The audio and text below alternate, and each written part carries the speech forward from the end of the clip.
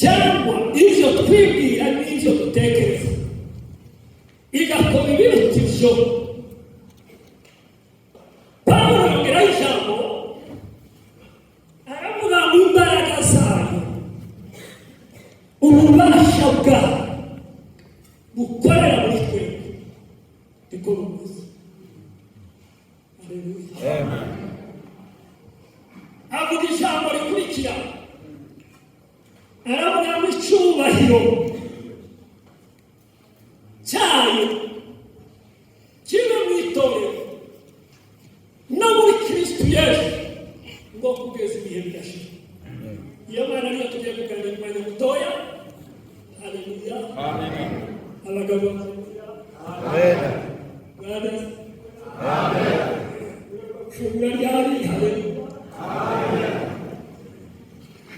Ababyeyi. Haleluya. Amen. Brothers sifiwe. Amen. Mimi mtoto wangu tunatengeneza mzee. Amen. Ini rahasia. Amen. Haleluya. Amen. Ulikwenda kwa Bwana. Tukani yona.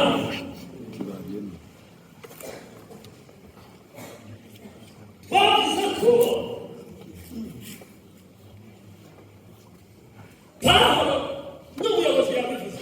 Tiyakundaga kwivuga. N'abandi n'abayisite bashaka batinya kuguma kwivuga kwihoza mu kanwa, ariko bakaza bavuga ibyo yakoze.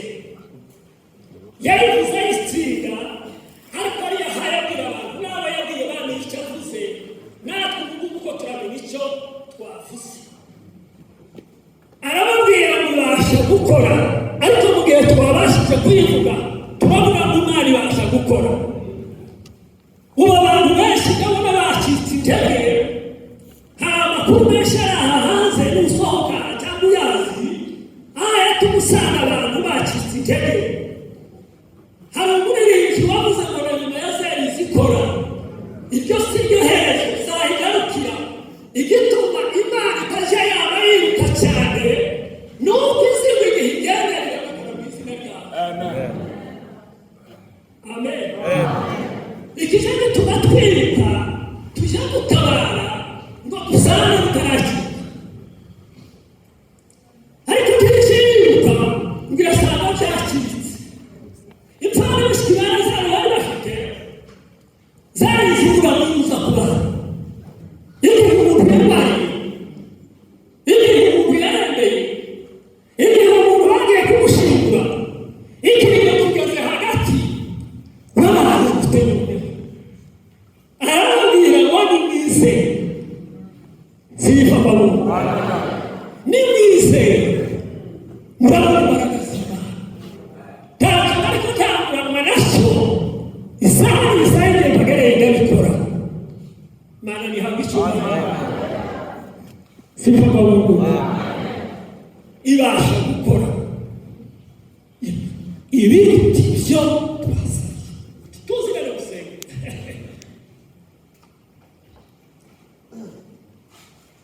Ikindi cya kabiri ni ikivuga imbaraga zayo aho zijya zikora. Twababwiye ko imbaraga zayo zijya zikorera mu buzima bw'ejo.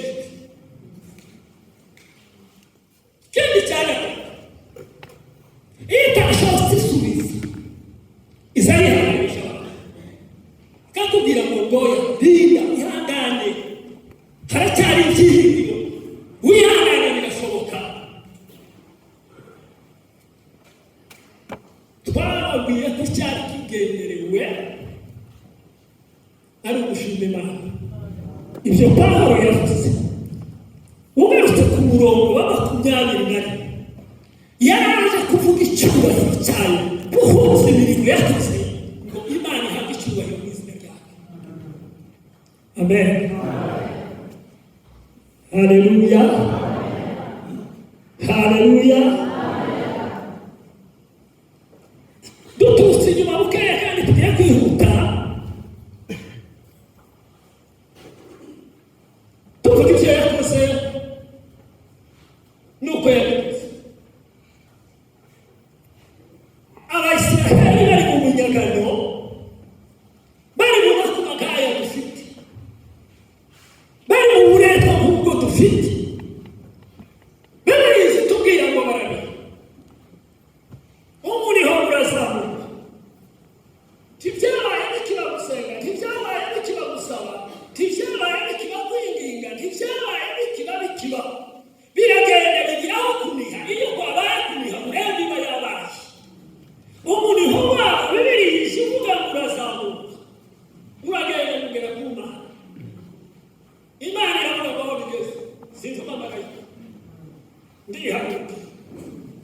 Sifa kwa Mungu. Biblia inatubwira ngo yeye kama osi inamubwira ngo kubiha kwanyu kwazamutse kwageze imbere yanjye ngo n'umuntu wari kuza kureba ngo maze gushika mariko ajya kumanuka ngo ni isezerano ryanjye nari bahamu ngo nayisake ngo nayiko imubwira ijambo rikurikira iravuga ngo nahageze yageze kuri tere ngo namenye ko muhaye mubabaza iravuga ngo reka njye kuzana Mose umukozi w'Imana. Biblia yatubwiye mu munsi yamuhamagaraga arayizi twere hafi atese abagabo hanyuma n'abagabo b'abanyabwenge n'abagabo b'itekamu n'abagabo bazi kubaza ni n'abagabo bamenya gusubiza barashaka bamaze rwose iyo Mana yagutumye ni iyihe yitwa iyihe ko tugize imyaka 400 taya tujya twumva isubizo cy'Imana kiba kirahari. Haleluya. Turi kumwe, haleluya. Turi kumwe, Bwana asifiwe. Koheza Imana icyubahiro. Twavuga ngo Imana yadutabara. Sifa kwa Mungu. Harakaririmbo tujya tuvuga ngo Imana yadutetuye. Ngwiyo mu ijuru iratwifuza. Tugeze igihe kwizerwa kumbwira. Amen. Amen. Haleluya. Amen. Nubwo batari intambwe nyinshi zisubira inyuma tibirabara umugambi w'Imana. Umugambi w'Imana turizwamo abantu bose bamuruka ibibazo nabyo bikiyongera Imana yakambiriye kuri wowe izasohora.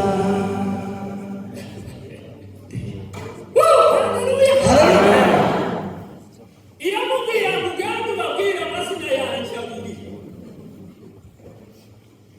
ngo babwire uwo ndiwe ngo babwire n'ibyo nzakora akayagaya ngo babwire ngo ndiho niba babaza iramubwira ngo nduwundiwe iryo ryandi ndiho n'ibyo biri bikora Musa ngashika kugira Musiraheli tubana arababwira bakamubaza nyine barabagabo baje kubaza kibavuga gutaha ngo bavuge ngo yabaye bati n'amata baramubaza amataho iyo Mana ni iyi ati yambwiye mu izina ryayo bindi ndiho ntayo ngaha igiye gukora igihe Imana yivuze Sifa ibigiye gukora. Haleluya.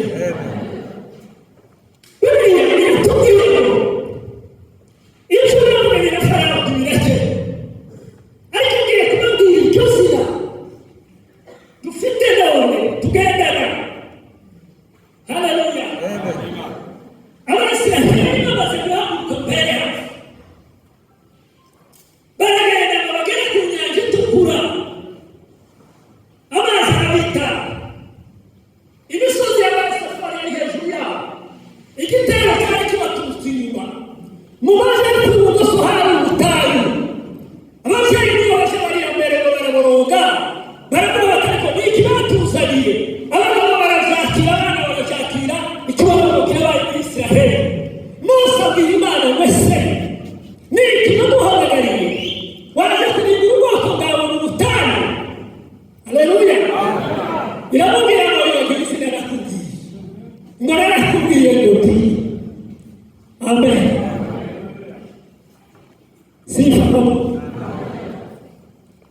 Mungu Imana ngo babuze kujya twihute inyanja nayo mucikamo nubwo abanyabwenge baje bavuga ngo uko yayikoze izindi mpamvu birabasha nuko batazi neza ngo babure umutima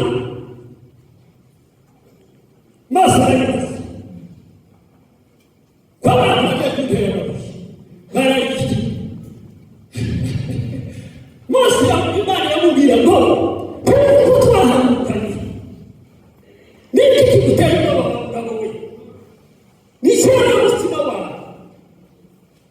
Imana ishimwe. Haleluya. Turi kumwe. Haleluya. Hariho Yesu mugisha. Haleluya. Jina la Bwana libarikiwe. Haleluya. Ngo bagira bakababona mu gitondo basanga imitsima miryoshye nk'ubuki, ariko nuko nabyo nyuma baje kubifata. Ngo babona amazi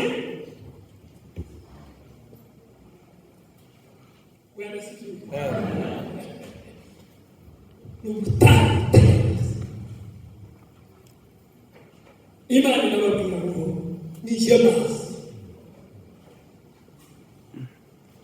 Ayo mazi n'ibisubizo by'Uwiteka, umutayo n'intambara duhura nazo uradusubiza tukumva tuguwe neza. Ushimwe Mana uhimbazwe, ikandurire kuzo wakoreye.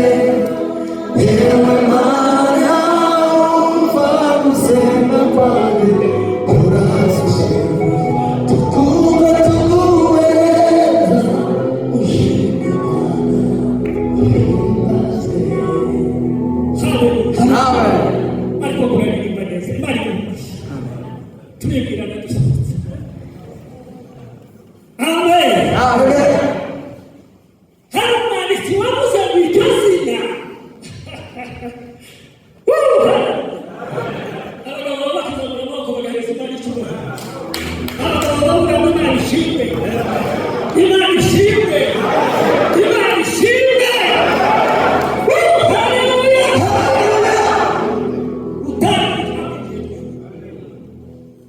Utagishyira mu buryo ariko komevuga ubwo twishyira mu buryo ariko bakwiye gukoma amashuri turi kumwe.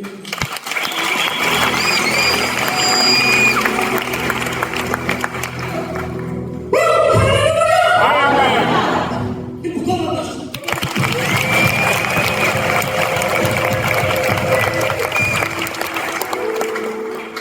Ubu utayikurikiye n'imodoka ariko Imana ishimwe. Haleluya. Uwo mwanditsi yarivuze ngo iryo zina Imana yaribahaye kasheki, kandi ngo idafite umubare w'amafaranga w'ibikene, ngo wenyine ngo ugende ujye wuzuzaho. Naravuze ngo urwo rupapuro nababwiye ngo nuzuze, ndavuga ngo ni ukwandika banki mu byanya ikaza kwibaza ayo mafaranga. Yesu umwana w'Imana aratubwiye ngo haleluya, zifata Mungu ngo tugende tuzuzaho. Ndagira ngo twifuze ko tuzuza. Amen. Ndiye kurangiza. Imeka bazamuri Imana Mungu. Tubakaba Yesu Imana ishimwe. Tubakaba bazamuri.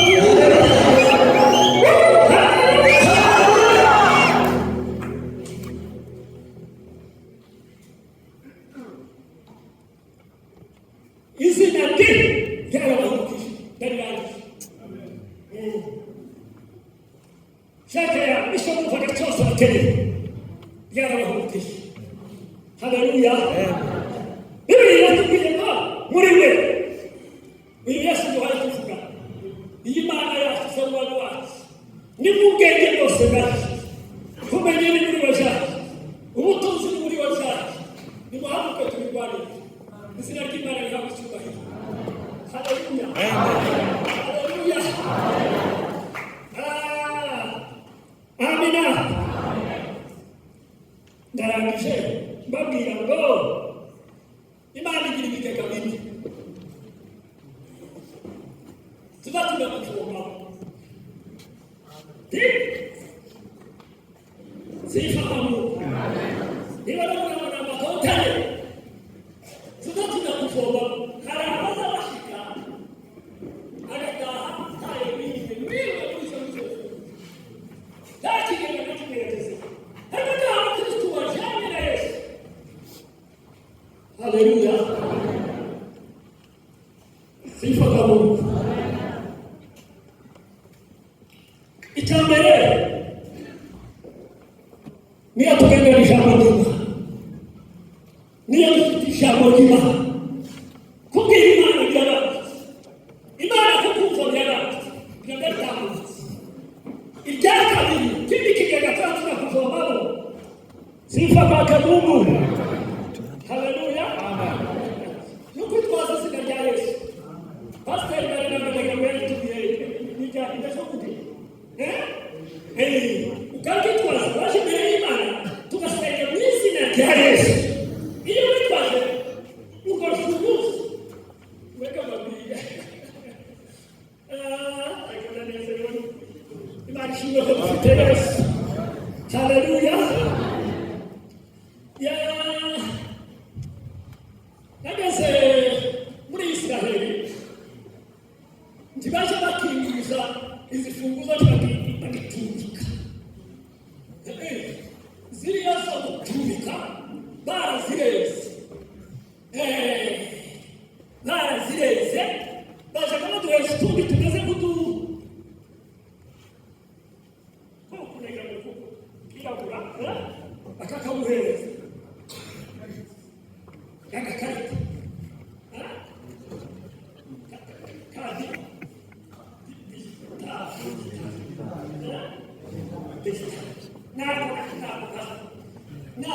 noneho wagera ku muryango kakwinjiza gusunika kagatunga wagatunga ukabona ko umuryango ubyuki wamara kwishyira imbere ukagatunga ukabona za muryango katikitari kasubeka iyo twajyanye imbere y'Imana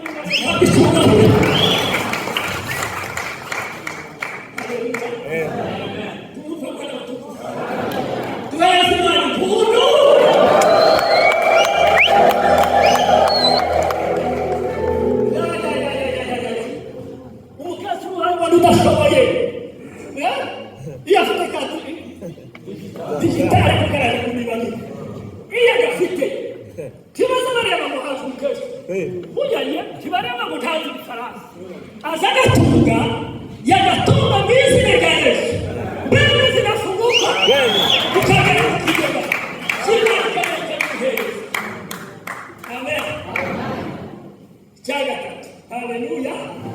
Niyo tuyoborwa n'Umwuka Wera. Niyo tuyoborwa n'Umwuka Wera. Niyo tuyoborwa n'Umwuka Wera. Abayoborwa n'Umwuka Wera bose tukagira usuzugura n'abana b'Imana. Umukristo uyoborwa n'Umwuka Wera digital y'ukukristo Umwuka Wera akagusabira baratwigishije ngo akanihimbira itavugwa kandi ngo yasaba ngo agasabira bere uko Imana ishaka tukavoma n'Uwiteka. Niba ari inzu tukeneye, niba ari umutabazi twese dushya mu ijuru tugatera mbere icyaro. Amen. Dusoze. Haleluya. Haleluya. Sifa kwa Mungu. Ni damu ya Yesu. Pastor Israel, tusomere hariya mu Baheburayo ariko turangiriza. Twarangiza tudasomye abagiye kubabagana baraho. Soma mu Baheburayo ibice 10 umurongo wa 19 turangiza. Murongo wa 19. Kwinjira hera cyane n'amaraso ya Yesu. Tunyuze mu nzira yaduciye, tunyuze mu nzira yaduciye sha kandi y'ubugingo wa inyura mu mwenda ukize ari wo mubiri we, umubiri wa Kristo. kandi ubwo dufite umutanzi ukomeye utwara inzu y'Imana, twegere dufite imitima y'ukuri yejejwe kwizera rwose, gushidikanya imitima imitima yacu iminjirweho gukurwamo kwimenwaho ibibi cyaho rekeraho ngaho nitumara kwimenyaho kwikuraho ibibi ideni ririye. Amen. Amen. Amen. Damu ya Yesu, damu ya Yesu, damu ya Yesu yasafisha kabisa. Amen.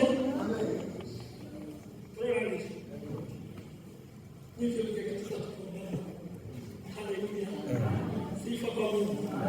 Akiwa Bwana asifiwe.